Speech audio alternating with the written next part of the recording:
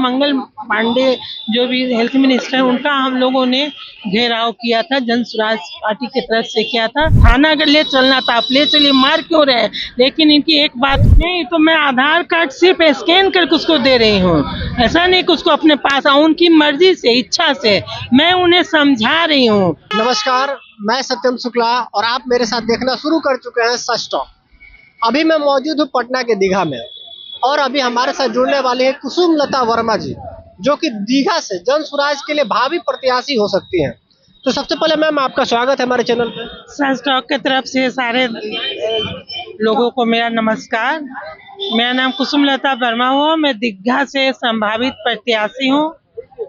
मैं अपना पूरा मेहनत कर रही हूँ, डोर टू डोर भी। अभी हम लोग को कैनोपी लगाने के लिए बोला गया है, तो हम लोग जगह जगह पे कैनोपी, जैसे कि यहाँ भी आप देख रहे हैं कि कैनोपी लगी हुई है, परिवार लाभ कार्ड सबको दिया जा रहा है। एक पटेल नगर में लगी है, एक कच्ची तालाब सूर्य मंदिर के पास लगाए हैं, और हमारा प्रयास जारी है कि जन जन तक ये कार्ड पहुंच जाए, सभी लोग को जितना अधिक से अधिक हो सके लोगों को मिले, तो इसमें प्रयासरत मैं हूँ, सभी को कार्ड दे रही हूँ। अच्छा, इस कार्ड के माध्यम से आप लोगों को क्या बताना चाहते हैं? चूंकि इसमें लिखा हुआ है 11 संकल्प, कुसुम लता वर्मा के माध्यम से 11 संकल्प दिखाया गया, वो संकल्प क्या क्या है, जरा हमारे दर्शकों को आप बताइए। ये 11 संकल्प मेरे कि अगर पार्टी हमको टिकट देती है तो मैं जीत के आऊंगी। तो मेरा एक बहुत सपना है कि एक दीघा को मैं एक सुंदर साफ सुथरा दीघा बनाऊं। यहाँ पे सारी कामें मुझे करना है, जो मैं सब, जैसे कि शौचालय बनवाना, महिलाओं पुरुष बच्ची के लिए स्वच्छ शौचालय, साफ सुथरा शौचालय हो। और एक हमारे समाज में थर्ड जेंडर है, जो समाज के एक अंग है, वो भी, तो मैं उनके लिए भी शौचालय बनवाना चाहती हूँ, जो पिंक टॉयलेट होगा, उनको सुविधा मैं देना चाहती हूँ। प्लस बच्चों के लिए दीघा क्षेत्र में लाइब्रेरी होना जरूरी है, वो लाइब्रेरी में बनवाना चाहती हूँ, जहाँ बच्चे इकट्ठे होकर पढ़ाई लिखाई करें। तीसरा, वाईफाई की सुविधा को मैं फ्री करना चाहती हूँ, जिससे बच्चे को फायदा लाभ मिले, जहाँ पे बच्चे बैठ के अपने रोजगार बिजनेस जिसके मुद्दे पे अपना वहाँ बैठ के डिस्कशन करे। चौथा है कि मैं बुजुर्ग लोग के लिए, जो 60 वर्ष से अधिक ऊपर के लोग हैं, सीनियर सिटीजन लोग हैं, मैं चाहती हूँ उनके लिए एक छत के नीचे एक ऐसा हॉस्पिटल बने, जहाँ पे आयुर्वेदिक, होम्योपैथिक और एलोपैथिक तीनों का इलाज हो, योगा हो। वो सिर्फ सीनियर सिटीजन लोग के लिए हो, ताकि वो लोग उसको स्वास्थ्य के मैं गारंटी दूं, उन्हें कहीं और नहीं। क्योंकि हमारा बिहार जो है बुजुर्गों का राज रह गया है। यहाँ बच्चे या गरीब के बच्चे मजदूर प्लान हो रहे हैं, अच्छे घर के बच्चे शिक्षा के लिए प्लान हो रहे हैं, रोजगार के लिए प्लान हो रहे हैं, चिकित्सा के लिए प्लान कर रहे हैं।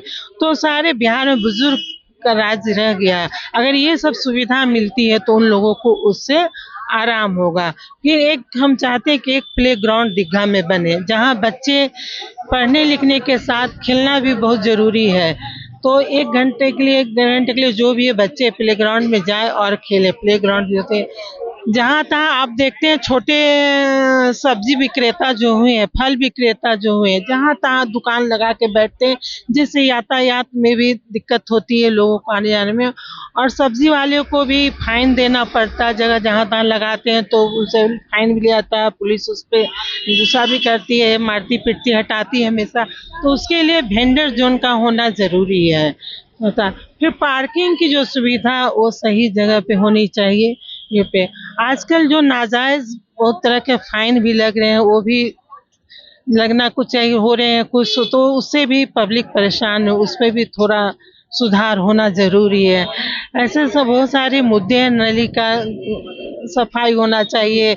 जल जमाव की स्थिति आप देख रहे हैं कि जब पटना में बारिश होती है, बिहार में अब बारिश होती है, तो जल जमाव की स्थिति काफी बढ़ जाती है। ठेवना भर पानी में लोग घुस के आना जाना करते हैं। जैसे कि अभी हम बांसकोठी गए थे, वहाँ की स्थिति बहुत खराब थी। फिर आप पाटलिपुत्रा, ऐसा VIP कॉलोनी कहलाता है, वहाँ की भी स्थिति वही थी। सहयोग हॉस्पिटल है, जहाँ पेशेंट आते जाते उतनी भीड़ रहती है, वहाँ पे भी पूरा पानी जल जमाव की शिकायत रहती है। तो इस सिस्टम को, ड्रेन सिस्टम को ठीक करना होगा, इस पे फोकस है मेरा। तो ये सब सारी काम करनी है। घर में यहाँ पे भ्रष्टाचार बहुत है, उसको खत्म करना है। अभी देखिए एक चीज हुई है कि मुजफ्फरपुर में एक बच्ची 9 साल की नाबालिग बच्ची के साथ सामूहिक बलात्कार हुआ था। उस बलात्कार में बच्ची किसी तरह रेंगते हुए रोड पे आई सहायता मांगने के लिए। फिर उसे वहाँ हॉस्पिटल में एडमिट किया गया, वहाँ इलाज हुए, लेकिन फिर वहाँ से रेफर करके उनको यहाँ पटना भेज दिया गया पीएमसीएच में। बच्ची 8-9 घंटे तक पीएमसीएच में रही और गाड़ी में सही समय पे उसकी इलाज नहीं होने के कारण लास्ट में उसको वहाँ एडमिट किया भी गया तो करना चाहिए आईसीयू में, तो ज्ञानों में कर दिया गया और देर से उसकी इलाज शुरू होने रहने बच्ची की मौत हो गई। सही जगह समय पर होती तो शायद बच्ची बच जाती। उसी के में हम लोग जन सुराज के पार्टी के तरफ से अध्यक्ष जी मनोज भारती जी हैं प्रदेश अध्यक्ष, उन्हीं के नेतृत्व में हम लोगों ने कैंडल मार्च भी किए थे जन सुराज पार्टी की तरफ से। उसके बाद हम लोगों ने धरना स्थल पे बैठा था, उससे भी कोई सुनवाई नहीं। हम लोग उस बच्चे के लिए मुआवजा परिवार को देने के लिए डिमांड की थी, ऐसा जो है उस पर आगे कुछ ऐसा नहीं, उसके लिए सुधार की हम लोग ने मांग की थी, उस पर कोई सुनवाई नहीं हुआ। फिर हम लोग मंगल पांडे जो भी हेल्थ मिनिस्टर उनका हम लोगों ने घेराव किया था, जन सुराज पार्टी की तरफ से किया था, जिसमें काफी लोग को मतलब हम लोग गए थे अपनी बात को रखने के लिए, अपने मुद्दा को रखने के लिए गए थे, लेकिन वहाँ पे लाठीचार्ज का आदेश दे दिया गया और लाठीचार्ज और बहुत 40-45 लोगों को अरेस्ट भी कर लिया गया था। उसके बाद फिर 11-12 बजे रात तक प्रक्रिया चली, उसके बाद वो छूट के आए।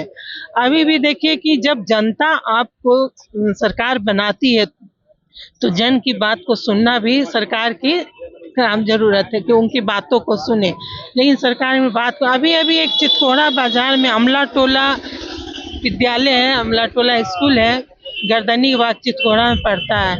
अभी की बात है 2-3 दिन पहले 12 साल की बच्ची को 27 तारीख को बाथरूम में जली हुई पाई गई। हम लोगों ने न्यूज़ सुना तो शाम में हम लोग, चूंकि मैं रहती हूँ वहीं बगल में ही रहती हूँ, मेरे घर से 5-10 मिनट की दूरी पर है, तो हम लोग सुने तो वहाँ पे गए तो काफ़ी लोगों में आक्रोश थी। शाम में भी हम लोग को मालूम नहीं था, न्यूज़ सुनने में मैं बाहर थी, मेरे हस्बैंड भी रांची गए हुए थे, शाम में लौटे हैं 3:30-4 बजे। तो जब मैं पार्टी ऑफिस में थी तो मुझे पता चला कि एक बच्ची जिंदा जली पाई गई है।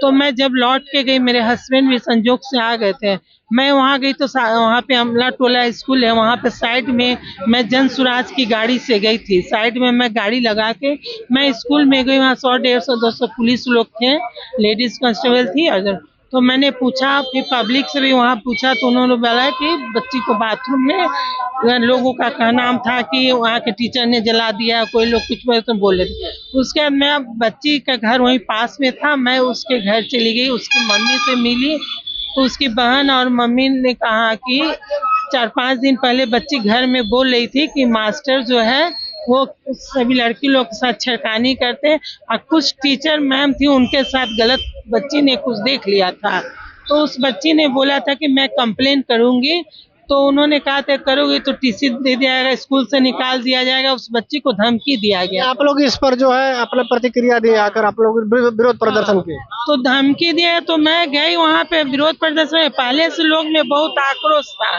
तो वो लोग सब गोलंबर जाम करने निकले। मेरे हस्बैंड भी वहीं पर खड़े थे, मेरा बेटा था और हम थे, हम बाइट दे रहे थे, मेरे पीछे हस्बैंड खड़े थे। पुलिस वाले ने इनकी वीडियो फोटो बना के ऊपर थानों ने भेजा, वहाँ से डीएसपी साहब आई और साथ में सिविल ड्रेस में आ, और मेरे हस्बैंड जो कि ओरिएंटल इंश्योरेंस में ब्रांच मैनेजर है, डेवलपमेंट ऑफिसर 8 साल नंबर 1 डेवलपमेंट ऑफिसर बिहार और झारखंड के, एक प्रतिष्ठित आदमी, शिक्षित आदमी, ब्रांच मैनेजर से वो रिटायर्ड किए हैं, और उन पे बिना कुछ देखे बिना कुछ पूछे पीछे से आकर सिविल ड्रेस में थे, उनका गर्दन पकड़ के उन पे लाठियां तरीके से चार्ज किया गया, जिसमें उनको बहुत चोट आई। वो बोले कि थाना अगर ले चलना था आप ले चलिए, मार क्यों रहे हैं, लेकिन इनकी एक बात भी नहीं सुनी। मैं भी जाके बोली कि आप क्यों मार रहे हैं, हम लोग कैसे खड़े हैं निर्दोष आदमी को, आप क्यों मार रहे हैं, उन्होंने नहीं सुनी और डीएसपी का आदेश हुआ कि इनको ले चलो, जनसुराजी हैं, इनको ले चलो, थाना ले चलो। उसके बाद मैं भी बचाने की, मुझे भी लेडीज कांस्टेबल 4 बार तक घसीट के ले गई। मेरा बेटा था वो अपने पापा को बचाने गया तो उसके पीठ पर डंडा चलाई पुलिस। उसके बाद भी इतने बेतरीका से उन्होंने गाड़ी में भी मारा, ये लीगल मतलब ये नहीं अनलीगल है। गाड़ी में भी इन दोनों को मारा गया, थप्पड़ मुक्के मारा गया, और थाना में जाने के बाद भी वो अंदर ले जाने से नहीं, इनको डंडा से मारा गया, जो कमर में इनको हड्डी में वो पेने उठने बैठ। इसकी शिकायत हमने जन स्वराज पार्टी प्रदेश अध्यक्ष मनोज भारती जी को फोन करके दूसरे दिन बोला, और हम लोग वो लोग ने डीजी का अपॉइंटमेंट लिया, और हम लोग गर्दनी बाग हॉस्पिटल गए, इनको दिखलाए, इंजर्ड दोनों बच्चे को दिखा के रिपोर्ट लेकर मैं गई जन स्वराज पार्टी। वहाँ से हमारे साथ मनोज भारती जी और मुन्ना किशोर जी और प्रचार सब लोग के साथ डीजीपी के यहाँ इसका न्याय मिला आपको? मैं डीजीपी के यहाँ गई, उन्होंने बातों को अच्छा से सुना।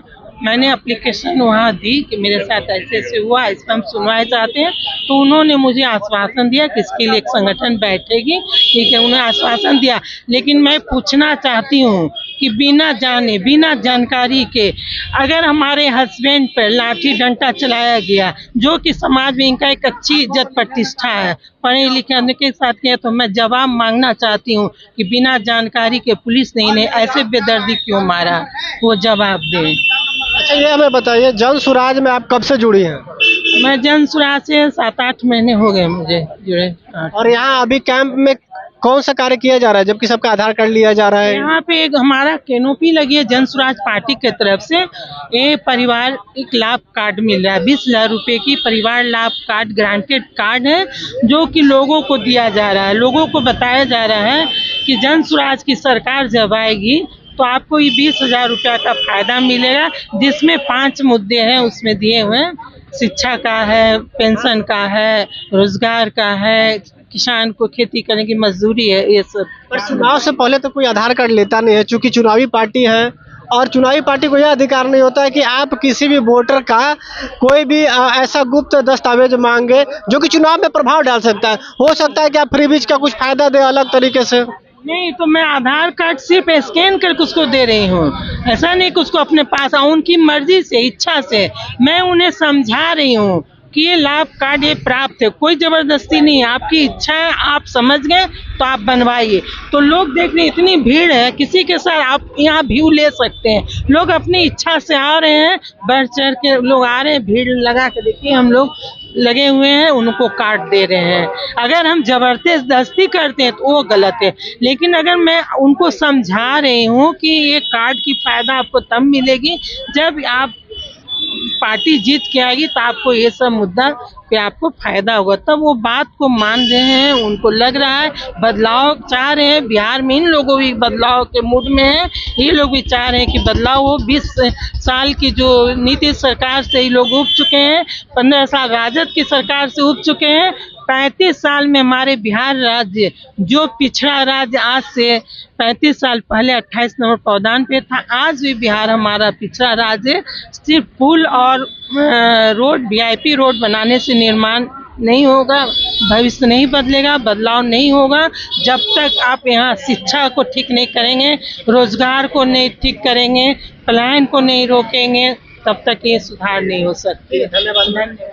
तो अभी हमारे साथ मैम जुड़ी थी, जिन्होंने अपना विजन बताया और तमाम चीज़ों को बताई कि आज ये जन स्वराज के साथ क्यों जुड़ी है। तो ऐसी खबरों के लिए आप हमारे साथ बने रहें, देखते रहें सच टॉक।